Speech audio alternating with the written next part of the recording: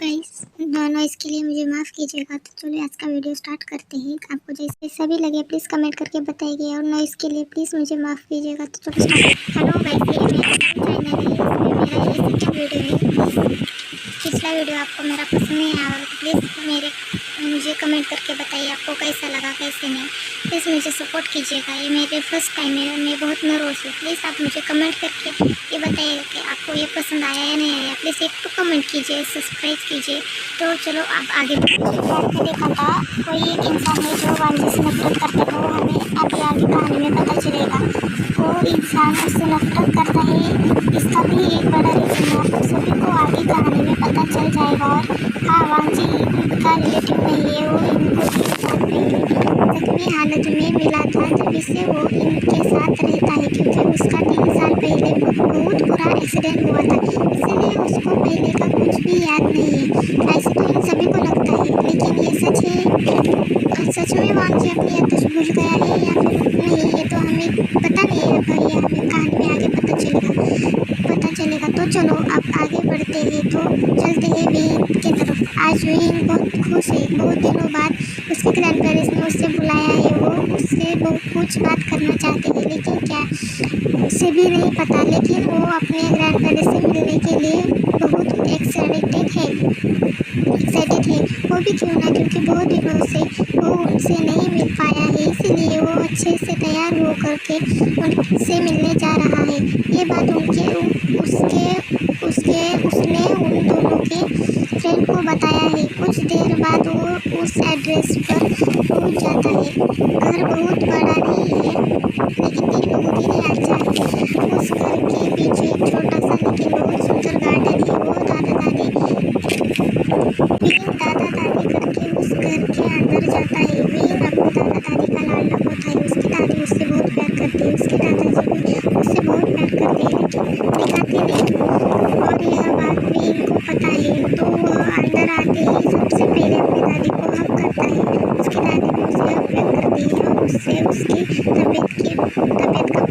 और उससे उसकी तबीयत का पूछती है। वह उससे कहती है वो कितना पतला हो गया है, वो क्या कुछ खाता पीता नहीं क्या। तो विन उनसे कहता है कि वो बहुत अच्छा है और वो अच्छे से अपना मील लेता है। पीछे से उसके दादाजी आते हैं और उनकी बीवी से कहते हैं क्या उसे अंदर भी आने दोगी, क्या दरवाजे पे ही सारी पूछताछ करोगी। यह सुनकर वो दोनों अलग होते हैं और विन दोनों दौड़ के अपने दादाजी के गले लगते हैं। उसके दादाजी भी उससे गले लगा लेते हैं और उससे पूछते हैं कि उसे यहाँ आने में कोई दिक्कत तो नहीं हुई ना।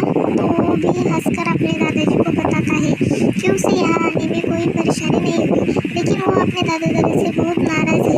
यह बोलकर वो मुँह फुलाकर उनसे दूर हो जाता है और वहीं पर रखे सोफे पे जाकर बैठ जाता है।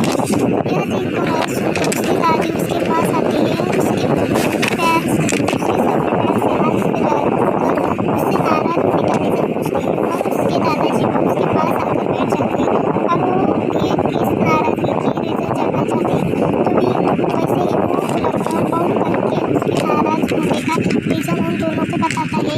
वो क्यों नाराज है, उन दोनों से नाराज है वो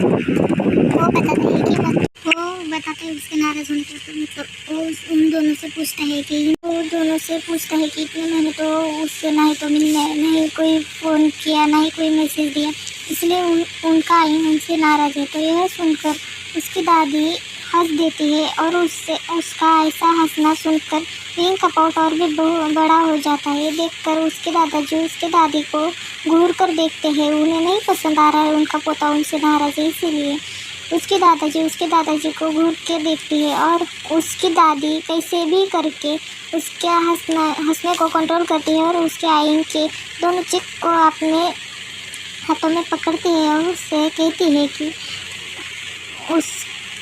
इस तरह से पाउट करते हुए मेरा आइन तो बहुत क्यूट लग रहा है और हम तुम्हें कॉल या मैसेज इसलिए नहीं कर पाए क्योंकि तुम्हारे दादाजी का मोबाइल ख़राब हो गया था और उसे रिपेयर होके आने में बहुत टाइम लगता है, इसलिए हम तुम्हें ना ही कॉल कर पाए और ना ही मैसेज।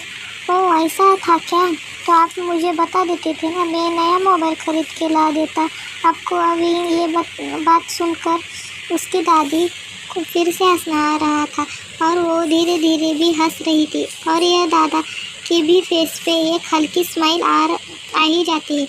यह देखकर भी उन दोनों की तरफ इनोसेंटली देखकर पूछता है कि क्या उसने कुछ जोक किया है क्या, जो आप दोनों मुस्कुरा रहे हो। यह सुनकर उसकी दादी कुछ कह पाती उससे पहले उसके दादाजी उसके सर पे हाथ फेरते हुए कहते हैं कि उसने कोई जोक नहीं मारा, बस ऐसे ही हम मुस्कुरा रहे हैं। तो इसलिए दादी हंसते हुए कहती है कि हम तुम्हें कैसे बताते, अभी तो मैंने कहा था ना नेटवर्क इशू था और दादाजी का मोबाइल भी ख़राब हो गया था। यह सुनकर विहीन कहता है हाँ ये तो मैंने सोचा ही नहीं, नेटवर्क इशू था ना तो आप मुझे कॉल या मैसेज कैसे करती। तो कोई बात नहीं, अब मुझे पता चला है ना, तो मैं अभी इसका इंतज़ाम करता हूँ। ऐसे कहकर वो अपने मोबाइल को देखता है और किसी को फ़ोन लगाता है। तो उसकी दादी कहती है कि अभी तो मैंने तुम्हें कहा था ना यहाँ नेटवर्क नहीं लगाने लगता है। तो उसकी दादी जी कहती है कि अभी तो मैंने तुम्हें कहा था ना यहाँ नेटवर्क नहीं तो तुम्हारा फ़ोन कैसे चलेगा। तो विहीन हंसकर उनसे कहता है, दादी से कहता है ये मेरा फ़ोन जो है ना उसके जैसा मॉडल इस दुनिया में सिर्फ 5 या 6 है। इस फ़ोन को डायरेक्ट सैटेलाइट से कनेक्ट किया है, इसीलिए मैं कहाँ भी जाऊँ तो भी मुझे नेटवर्क का इशू नहीं होने वाला है। वो तो ऐसा है। यह कहकर उसकी दादी कुछ कहती तो तुम फ़ोन लगाओ, मैं कुछ खाने पीने के लिए लाती हूँ। ऐसा कहकर वो किचन में जाती है और उसकी पसंद के स्नैक्स और कोल्ड ड्रिंक्स में ट्रे में निकालने लगती है और उसके दादाजी विहिंग को देखते हुए कुछ सोचने लगते हैं और विहिंग उसके सेक्रेटरी जो शाओ शिचान है उसे फ़ोन करके यहाँ उसके दादा दादी रहते हैं वहाँ का एड्रेस देकर यहाँ पे कुछ इंजीनियर्स को भेजने के लिए कहता है। जो शाओ शिचान उससे पूछता है तो उसे इंजीनियर टीम की क्या ज़रूरत है, तो विहिंग उसे बता देता है यहाँ पे नेटवर्क नहीं आता और लाइट का भी प्रॉब्लम है, इसीलिए उसे एक इंजीनियर की टीम चाहिए। यह सुनकर शाओ शिचान ठीक है कहकर फ़ोन रख देता है और इस तरह विहिंग भी फ़ोन के रखकर दादाजी के पास आ जाता है और दादाजी को बुलाता है, लेकिन उसके दादाजी जवाब देंगे भी कैसे, वो तो अपने डीप सोच में खोए हुए हैं, इसलिए उन्हें विहिंग का आवाज़ नहीं आता। तो विहिंग उनके पास जाकर उनके कंधे पर हाथ रखता है, जिससे वो उनके ख्यालों के पुलाव में से बाहर आते हैं और पूछते हैं क्या हुआ, क्या बोला उसके सेक्रेटरी ने। तो उनको विहिंग बताता है कि कुछ लोग को भेजने के लिए मैंने उससे कहा है जो यहाँ इंटरनेट और लाइट की सेटिंग करेंगे, जिससे यहाँ पे लाइट का भी बंदोबस्त हो जाएगा और इंटरनेट का भी। वो सुनकर और पूछता है आप यहाँ पे बिना लाइट के और बिना फ़ोन के कैसे रह पाते हैं। यहाँ पर उनके गर्मी नहीं होती और ना ही बोरियत फील होती है, यहाँ पर ना ही टीवी है और ना ही फ़ोन, तो उनका टाइम पास कैसे होता है। उसकी यह बात सुनकर उसके दादाजी उससे कहते हैं बस और कितने सवाल पूछोगे तुम, पहले तुम खाना खाओ और फिर मैं तुम्हें तुम्हारे सारे सवालों का जवाब दे दूँगा। तब तक उसके दादाजी उसके खाने के लिए खाना लेके आते उसकी दादी उसके लिए खाना लेके आती है और वो तीनों भी बैठकर वो लाया हुआ खाना खाते हैं। खाना मतलब स्नैक्स वो तीनों भी खा लेते हैं। स्नैक्स खाने के बाद वो सभी प्लेट उसकी दादी उठाती है और धोने के लिए किचन में ले जाती है।